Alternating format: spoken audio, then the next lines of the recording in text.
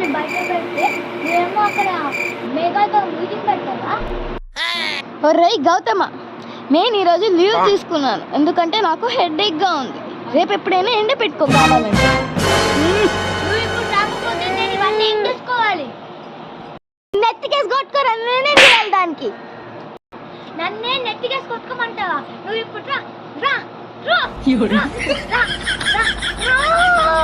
రా రా రా రా. ఒరే దుర్మార్గుడా, నన్ను ఎట్లాగైనా బయట తెప్పించావు కదరా, ఇప్పుడు నా ప్రతాపం చూపిస్తాను, మాడిపోతావు.